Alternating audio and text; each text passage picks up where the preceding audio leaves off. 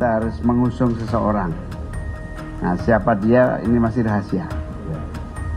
Masih rahasia, nanti kalau bocor ketahuan Khofifah bahaya itu. Siapa saja termasuk hak Pak Muhaimin akan mengumumkan kapan, di mana, siapa namanya, hanya beliau. Saya rasa kita semua menghormati hak-hak masing-masing partai politik. Usai Pilpres, Jawa Timur kini jadi magnet di ajang pemilihan kepala daerah. Sosok Khofifah Indar Parawansa diprediksi bakal jadi lawan tangguh bagi kandidat Jatim 1. Partai Kebangkitan Bangsa (PKB) bahkan harus menyembunyikan jagoannya agar tidak diketahui Khofifah.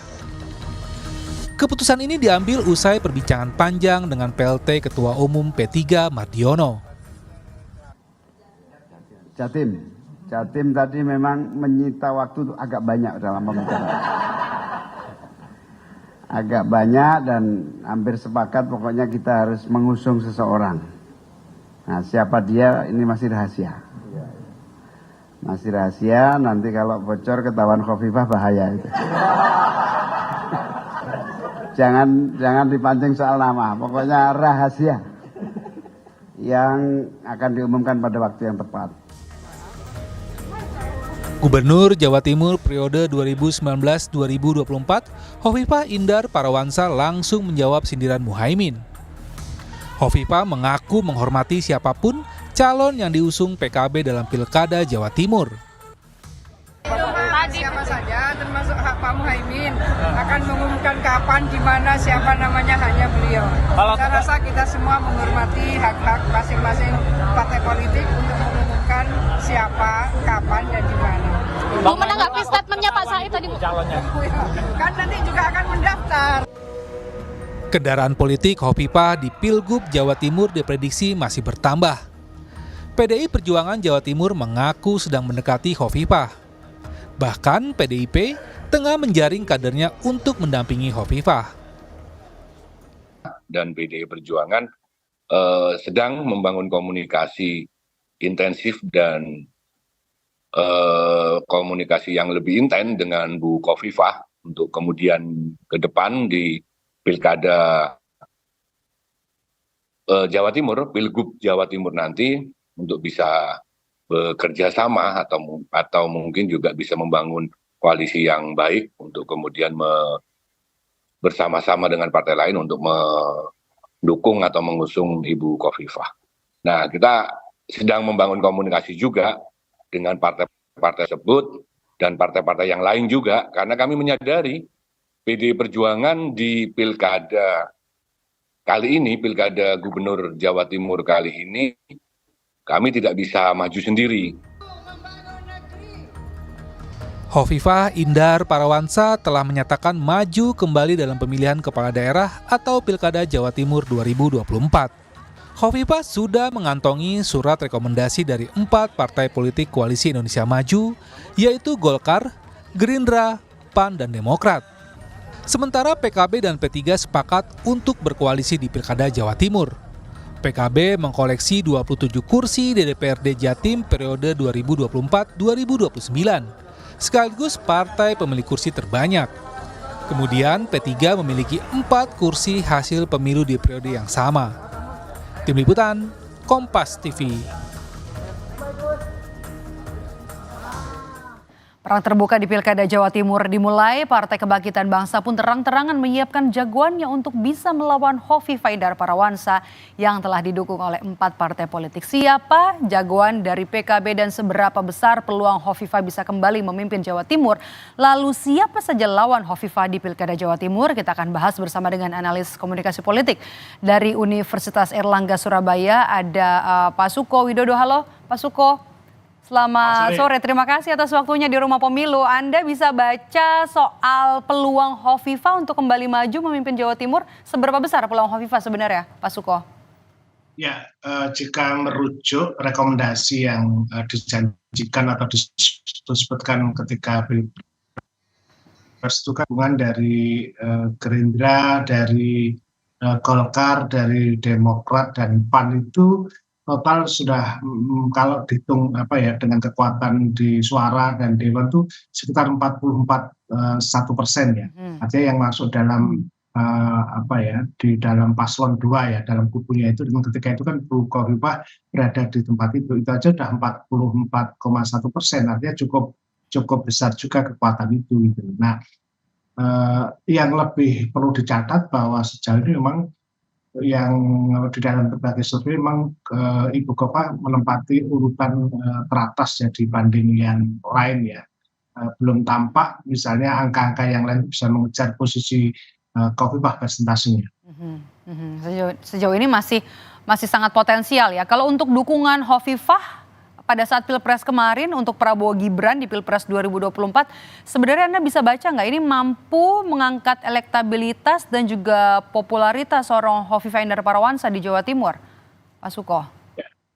Ibu Khofifah ini kan memang running gubernurnya juga ketika beliau jadi, artinya tingkat popularitasnya cukup besar sekali dukungannya.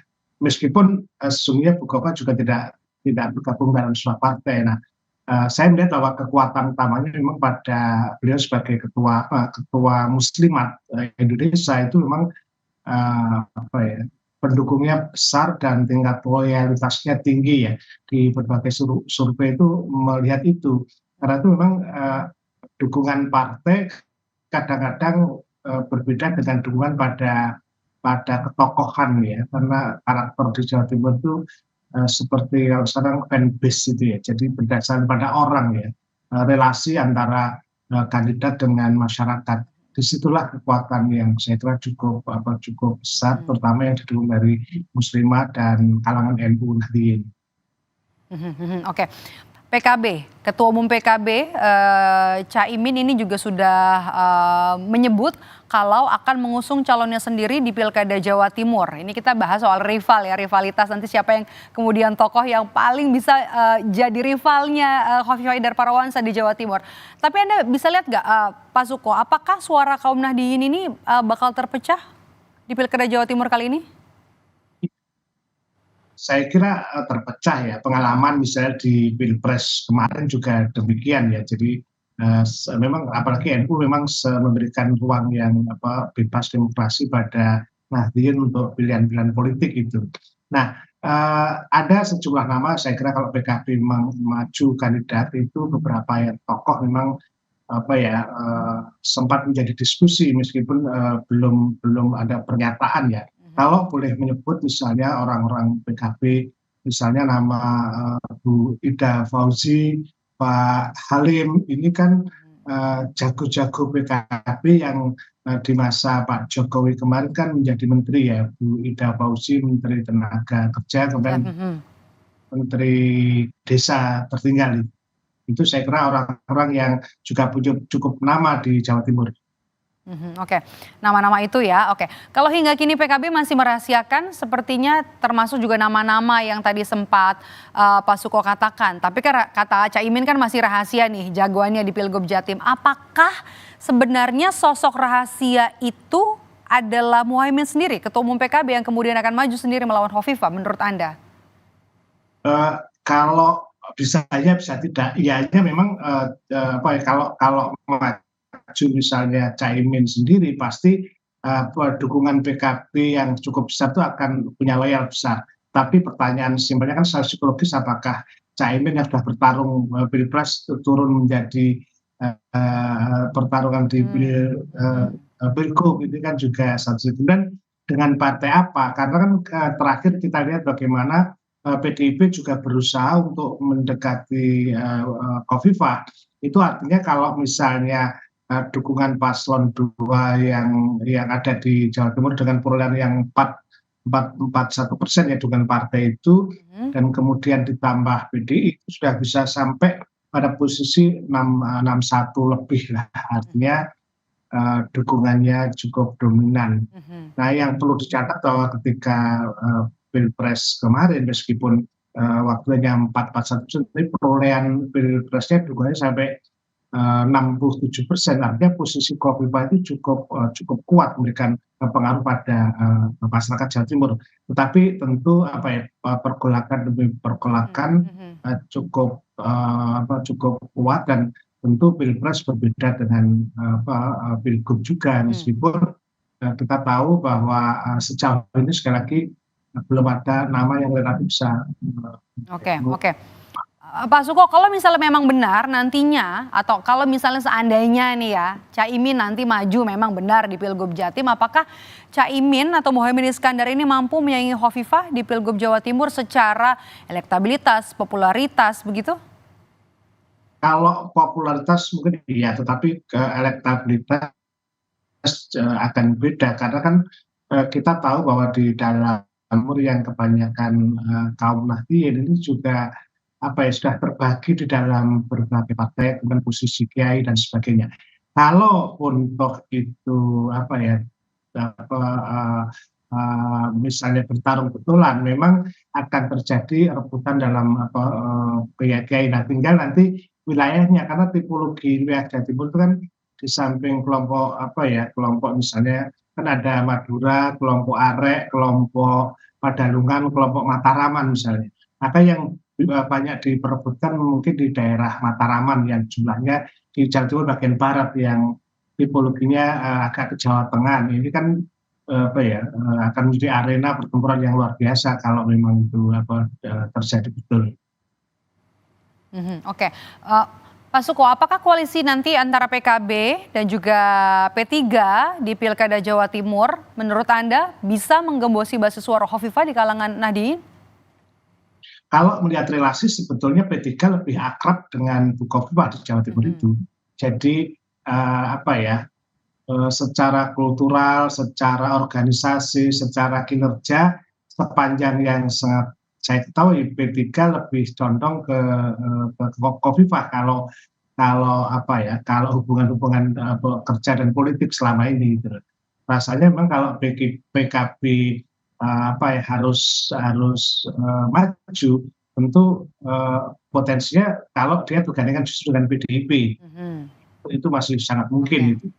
Oke. PD Perjuangan kan sudah memberikan sinyal nanti untuk mendukung Khofifah Indar Parawansa di Pilgub Jawa Timur.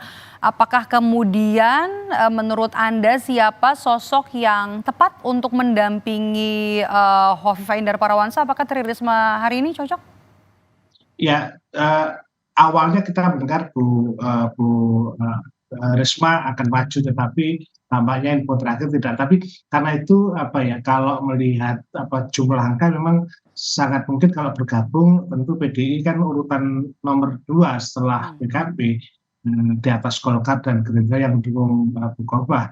Bisa jadi dalam komunikasi politik memang menjagokan. Siapa yang dijagokan? Ada sejumlah nama-nama, misalnya ada nama-nama wali kota Eri, kemudian ada Bupati Sumeneb Pak Fauzi, kemudian ada Pak Ipin. Jadi ada sejumlah nama-nama yang saya kira juga punya potensi di basisnya kalau ingin nambah suara untuk kekuatan koalisi baru itu. Oke, baik. Kita tunggu nanti bagaimana keseruan dari Pilkada Jawa Timur setelah Ketua Umum Partai Kebangkitan Bangsa Mohaimin Iskandar menyerukan perang terbuka siap untuk melawan Khofifah Indar Parawansa. Terima kasih analis komunikasi politik dari Universitas Airlangga, Pak Suko Widodo sudah bergabung bersama kami di Rumah Pemilu. Sehat selalu Pak Suko.